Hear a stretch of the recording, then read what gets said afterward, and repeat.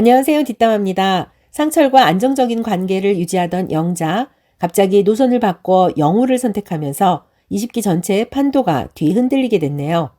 영자가 데이트 나가 자리를 비운 사이 상철은 동갑내기 옥순과 대화 시간이 늘어나 서로의 비슷한 성향을 확인하게 되고 호감도가 상승하게 되는 것 같아요.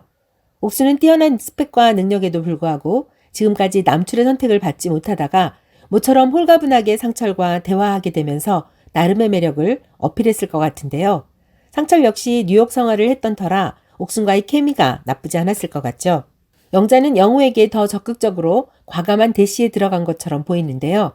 초반엔 상철에게 관심을 보이던 영자가 별다른 일이 없었는데 왜 갑자기 영호에게 들이대는 걸까요? 이런다고 최종 선택에서 뭔가 변화가 있을 거라 생각하는 걸까요? 영자의 갑작스런 선택은 패기일까 혹은 도발일까? 이로 인한 나비 효과는 무엇일까? 두루두루 생각을 정리해봤습니다. 이번 예고 영상에서 가장 쇼킹한 장면은 영자와 영호의 대화. 갑자기 슈퍼데이트권을 따게 된 영자가 상철을 불러내서 데이트 신청하려나 보다 예상했더니 웬걸 상철이 아니라네요. 그럼 누구? 광수인가 싶었는데 광수도 아니랍니다. 지금 정숙과 가장 핫한 관계를 유지하고 있는 바로 어젯밤까지 정숙과 순자 사이에서 두 여성을 헷갈리게 하며 줄타기 하던 영호. 영자는 상철과 둘이 식사를 하면서 정숙과 영호가 꽁냥거리는 걸 봤고 둘이 손잡고 걸어가는 것도 직접 목격했죠. 그럼에도 영호를 선택한 이유는 뭘까요? 예고 영상을 보면 영자는 날티나는 사람을 좋아한다고 먼저 자기의 카드를 알려주죠. 영호는 연상연하 어떤 유형의 여성이든 상대가 본인의 이상형을 말하면 능수능란하게 변신. 그 요구 조건에 다 맞춰주는 것 같은데요. 순자 정숙과 있을 때와는 또 다른 버전으로 날티 컨셉을 확실하게 보여주죠. 영호는 마치 상대방의 주파수에 맞춰주는 타겟형 스트라이커 느낌이라고 할까요?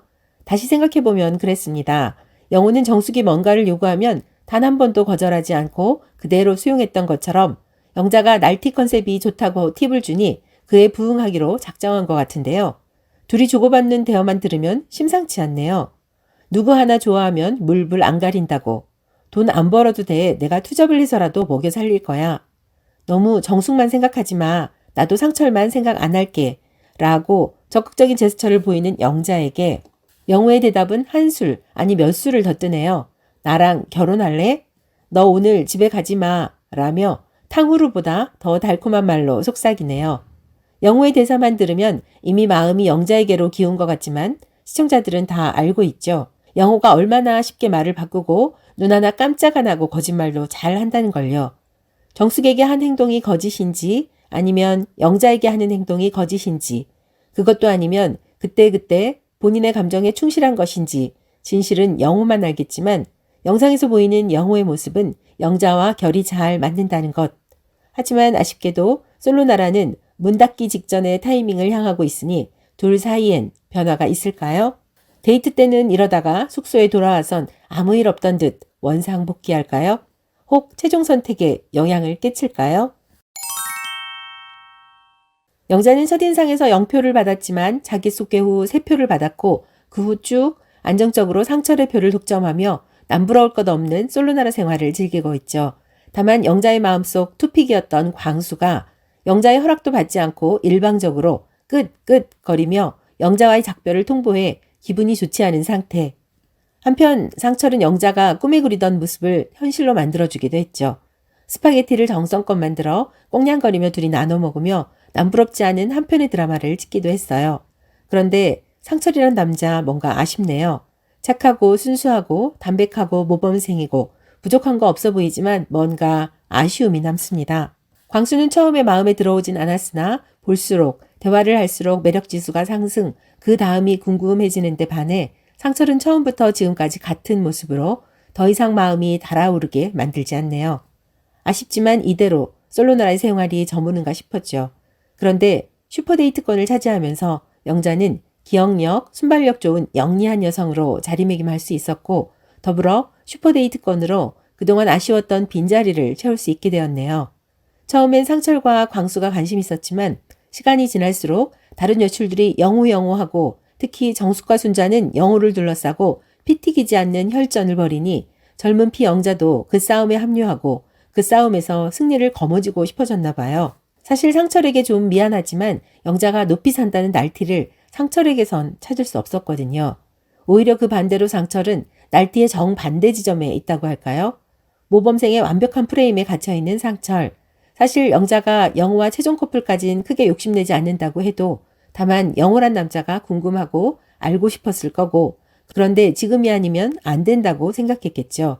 영호는 정숙과 진도 잘 나가고 있는 상태고 좀만 지나면 둘은 최종 커플이 될 것이고, 솔로 나라를 나간 후엔 체코가 된 영호를 알아볼 수 있는 시간은 두 번 다시 오지 않을 것이다 라고요. 마음에 아주 흡족하진 않지만 서로에게 호감 갖고 있는 상철과 안정적인 관계를 유지하면서 최종 커플까지 갈 것인가, 아니면 상철에게 다소 상처를 주더라도 최악의 경우 상처를 놓치더라도 영호와 단 한 번의 데이트를 하는 것이 더 무게감이 나갈 것인가.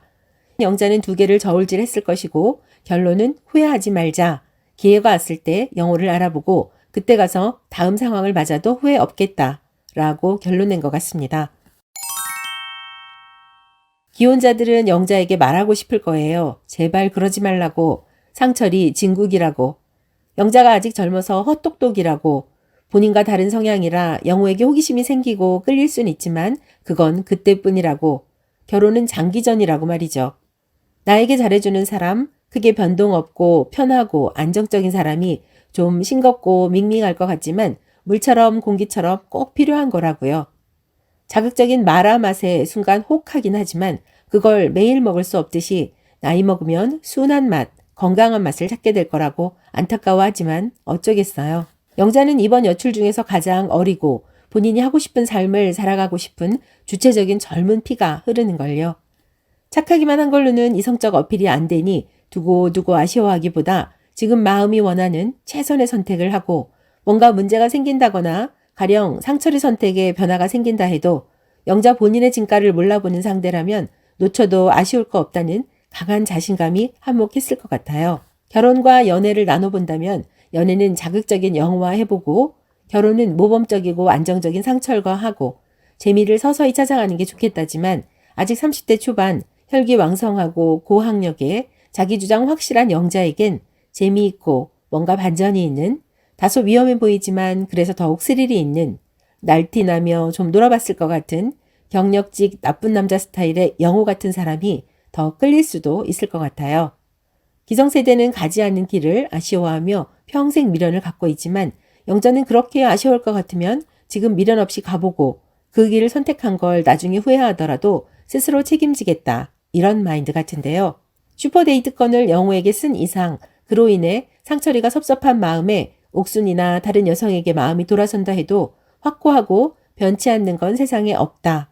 한순간 꽂히기도 하고 돌아서기도 하고 사람 마음이 요동치는 게 이상하지 않은데 하물며 솔로나라에서야 어떻게 달라진들 누가 욕할 수 있을까? 이렇게 생각하는 것 같아요.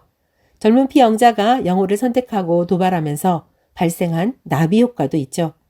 정숙은 더욱 확실하게 영호를 찜해놓으려는 욕구가 샘솟았을 것이고 그날 밤 수많은 카메라 앞에서 스스로 원한 것인지 아니면 어쩌다 그렇게 된 것인지 모르겠지만 뽀뽀씬을 박제하며 영호를 가둬두고 싶은 본인의 사적인 욕심을 채웠을지도 모르겠네요. 이번 영상 어떻게 보셨습니까? 여러분의 소중한 댓글 기다리고 있을게요. 영상 끝까지 봐주셔서 감사합니다. 여러분의 구독과 좋아요는 뒷담화 채널에 큰 힘이 됩니다. 오늘도 고맙습니다.